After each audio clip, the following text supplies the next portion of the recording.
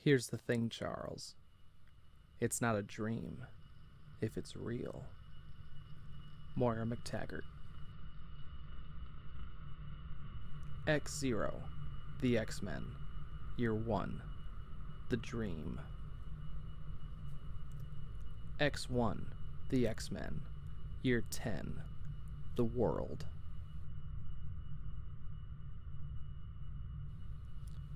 X-2, The X-Men, Year 100, The War. X-3, The X-Men, Year 1000, Ascension. X-Zero, The X-Men, Year 1.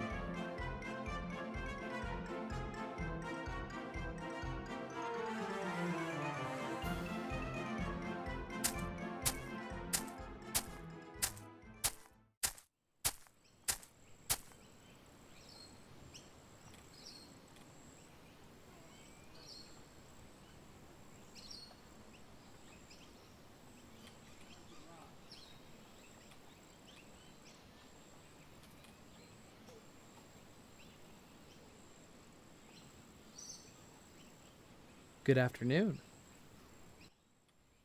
And the same to you. Are you enjoying the fair? It seems like the kind of thing I should enjoy, and yet I look around at all these people and know it's just a show for those who need one. A distraction from what's really going on, if you will. Mind if I sit? Please. So, are you enjoying the fair? I am. It seems like the kind of thing I should not enjoy, and yet a little parting of the clouds, a little shining of the sun, and suddenly everything seems right in the world. Having a good day, are we? Is it that obvious? You'd have to be blind not to notice. In my case, I was just walking through the fair, past the caged beasts and the games of chance, past the fortune teller selling his wares. The magician. See the magician, the metal metamorph, the great sword, and the girl with 1 foot in 2 worlds. The tower. See the tower, the axis, the pillar of collapse and rebirth, the monolith of ascension. The devil. See the devil, the red god, and the last cardinal of the last religion. Then at the far end of the fair, I saw you sitting there, and I thought to myself, there he is. What I've been looking for. The strong man. I'm not really that strong, and I wondered why, sitting there under parted skies and brilliant sun, was this strong man smiling so? I was, wasn't I? Yes. Do you want to know why? I do. Very much so. I was smiling because I have recently had the most wonderful dream of a better world and my place in it. Well, here's the thing, Charles. It's not a dream if it's real. I'm sorry. Do we know one another? Oh, yes. We go back quite a ways. Who are you? Why don't you read my mind, Charles? Read my mind and see. Ah. Powers of 10, Issue 1. The Last Dream of Professor X. Written by Jonathan Hickman. Art by R.B. Silva. X-1, The X-Men. Year 10. Krakoa. Go play, Toad.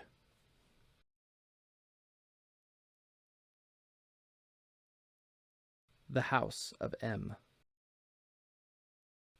Ah, you're back. Good. So, tell me, have you noticed the effect this place is having? Almost overnight, it seems Krakoa has become a wellspring of hope, a home of dreamers and true believers. Even I, once so shaped by the cruelty of this world that any skepticism would seem well earned, find myself infected with the idea of it. Tell me, Mystique, do I dare dream of success? We lost Sabretooth, and he did us no favors when he killed several guards. But yes, Magneto, I have it. Well done. But I have demands. Do you now? Is helping your fellow mutant not reward enough for Raven Darkholme? No, it isn't. I need more. Yes, I see that. But it's fair, I suppose. We have further demands as well. Really? I'm afraid so. Is helping your fellow mutant not reward enough for the great Charles Xavier? We're building a better mutant world, Mystique. And everyone who would live in it owes something. X2, the X-Men, year 100. There was a dream. Our dreams are the same. While you slept, the world changed. Northern Territory, the Nexus. This one's dying. Dare I hope for something salvageable from its mind? Or should I set my expectations more toward the human end of the spectrum? Bad news on that front, of course. They're wiping now on termination now. Some kind of mnemonic trigger when they start to flatline. And the other mutant. We know her. Kai Lobo was born in the kennel. Bred as a black-brained telepath, a natural Judas. Subversion was written into her DNA. Normal field protocol is sure to fail. We'll have to give her a bath. Oh, let's not give up so easily, shall we? Where's that human ingenuity you're always going on about? Maybe its current misfortune is making it feel conversational. Does that sound right to you, mutant? Tell us, what did you and your friends find rifling through the Nexus? And where, oh where, did they run off to? What friends? I see. You'll be needing persuasion then. Hold on, sister. I worked too hard to find you just to lose you now. No, don't you dare. Once I had no name, because I was born without one. How much blood did I have on my hands before you saved me? Before you named me? All this was for nothing if you don't make it back. She's right, Rasputin. This is too important. We have to go now. Just because you were born to be a coward doesn't make me one cardinal. If you want to run, then run. I won't be. Ah! I'm planting the black seed of Krakoa. I will wait for you as long as I can before I close it on the other side. If you do not come, then I will see you both when the world is made again. Will you pray for me, priest? Of course. My faith is boundless. I pray for all living things. And that's your problem, priest. You've forgotten that machines have no soul. And that the humans lost theirs a long time ago. Hello, little sister. I want to go home. Then let's do that. I've got her, priest. How soon until the gate is fully grown? It's taken root. Not long. Hold them off just for a bit longer. I can do that. I was made for it. Nothing's phasing her. Metal or plasma. We need backup. I'm calling in a tank. Gates open. Let's go. Okay. We're leaving now, sister.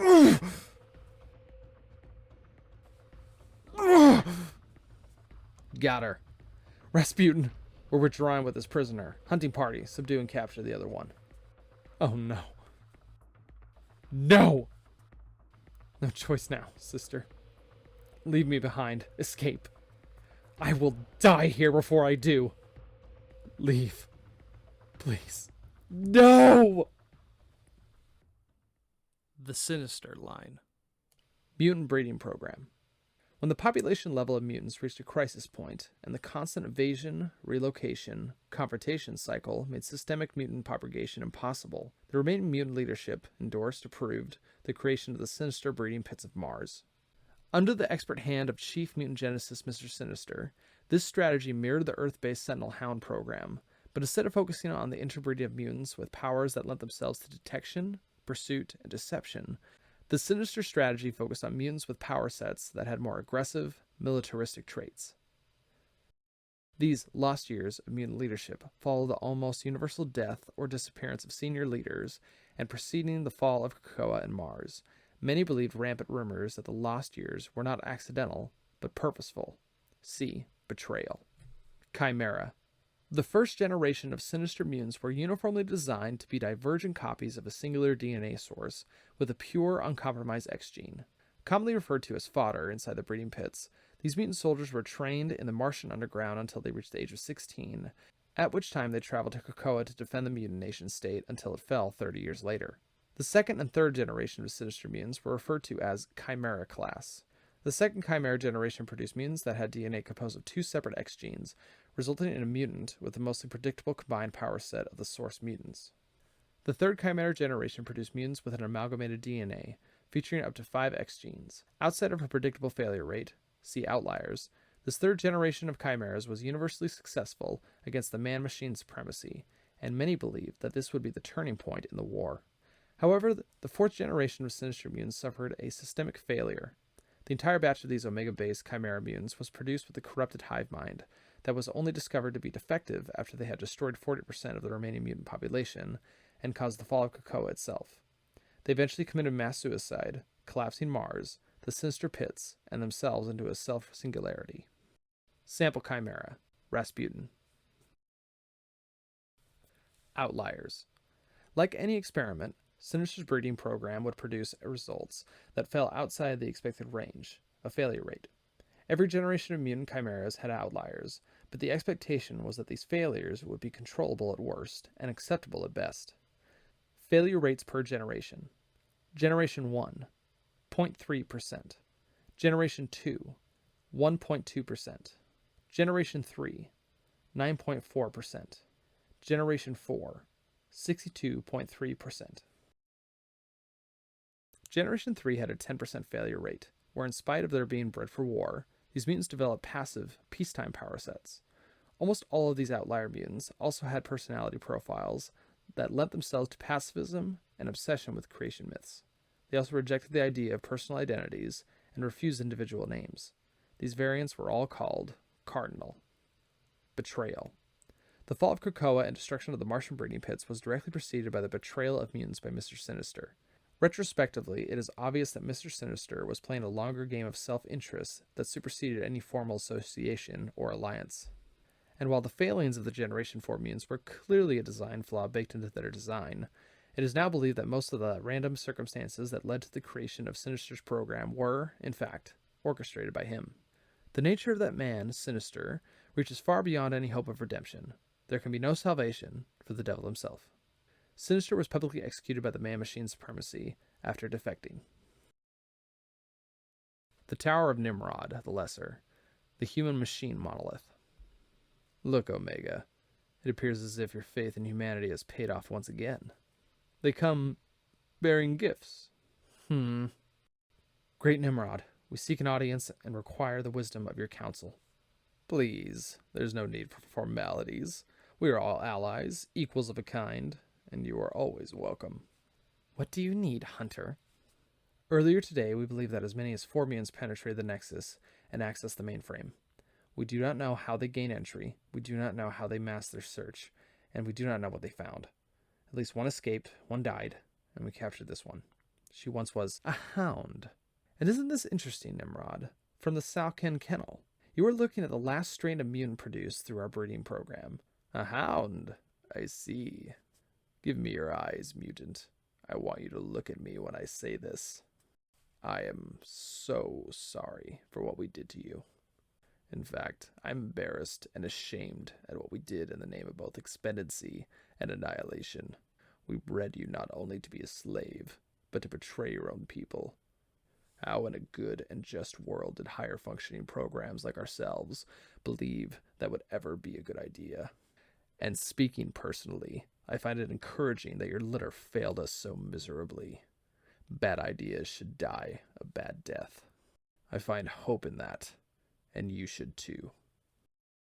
If it takes 1,000 years, I swear we will endure and erase you from existence. That's the spirit. I love it. Some bad news, though. This will not be that day of days. Today you will tell us what you were looking for, if you found it, and most of all, why you wanted it. Do you really think I would do that? Of course. People betray their own kind all the time. I can assume standard interrogation protocols failed. We tried, but as you know, she was bred to withstand that. It might not work, but I want to give her a bath. See what comes out in the wash. Yes, yes, yes, yes! Perhaps. The AI is young, still learning. Parsing the data comes without a clear window of recovery. You could learn what you need to tomorrow or decades from now, when the information is useless. Are you sure? What else are we going to do? Please let me. Have it your way. Excellent. Prepare the subject. Let go. Stop! What are you doing? I am so sorry for what I'm about to do to you. You see, I built something, a repository of sorts, a monument to understanding the mutant anomaly. But sometimes, innovation has a biological cost, and when you add to that your unwillingness to let us know the things we need to, well, necessity narrows our options even more. Soon, all of these chambers will be full of your kind.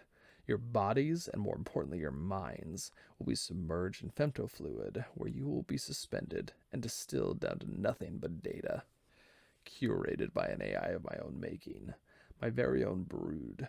Unfortunately, for one of mine to flourish, many of yours must perish, including you. So as you fade away into nothingness, do try to find it in your heart to forgive me. You think threatening me is going to make me tell you what you want? I'm not afraid to die for what I believe in. It's good that you're willing to die for a cause, though causes have long seemed to be fatal for you people. And unfortunately, while this is a kind of death, it's not one you can escape from. The Kennel. Sentinel mutant breeding camps. The Salken Kennel was built to be the pinnacle of the man-machine ascendancy's breeding program to produce hounds. Hounds, which were mutants bred in captivity to hunt other mutants, were originally designed to present as a subspecies with dehumanizing affections. These were meant to generate fear and sympathy in their intended targets, but these designs were quickly abandoned after several generations because, being broken and dependent, they were ineffective hunters of their own kind. However, modified versions of hounds, like the final ones bred in the Salken Kennel, were created with unreadable black brains and conditions for insurgence and duplicity. And while the few hounds who were successfully deployed proved to be lethally effective, the majority of them, as they were bred for betrayal, defected in support of their own kind and became some of the mutants' most effective warriors. The Salken Kennel was destroyed 10 years ago, along with all biological and research material. The No Place Hub. I'm sorry. I wish I was made some other way, but I'm not. I'm just not capable of violence. If I could trade places with her, I would. You know that, right? She was gone by the time I was done fighting them. Gone.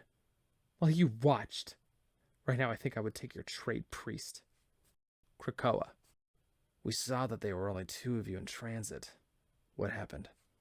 Percival's dead. Kylo probably is too. Well, that's too bad. They were both good soldiers. Question is, did they die for nothing? Or was it worth it? We've got it. All right, then follow me. The old man's waiting. Surviving mutants. Total mutant population under the man-machine supremacy. The current estimated number of surviving Homo sapiens superior is currently believed to be less than 10,000.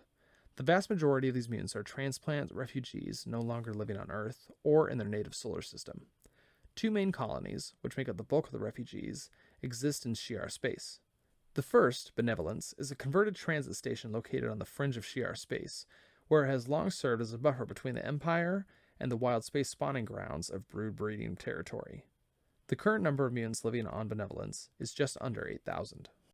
The second mutant colony is located on Shi'ar throne world of Chandalar. The less than 2,000 mutants who live here are, by treaty with the Empire, warrior stock for the Imperial Guard. Currently 6 mutants serve as Super Guardians, and 57 are of Sub-Guardian classification.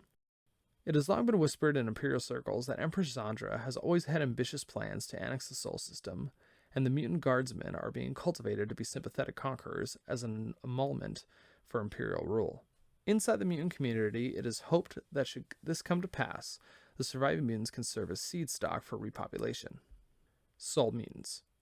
All living mutants in the Sol system are currently citizens of Asteroid K. After the recent deaths of the X-Hound Kylobel and the Ghost Percival, the current population of Asteroid K is 8. Benevolence. Location. Shi'ar space. Population 7,942. Chandalar. Location. Shi'ar homeworld. Population 1,829. Asteroid K. Location. Solar system. Population 8. X3. The X-Men. Year 1000. We are losing them. The Archive of Nimrod the Greater. The Mutant Library. And there's nothing I can do to prevent it.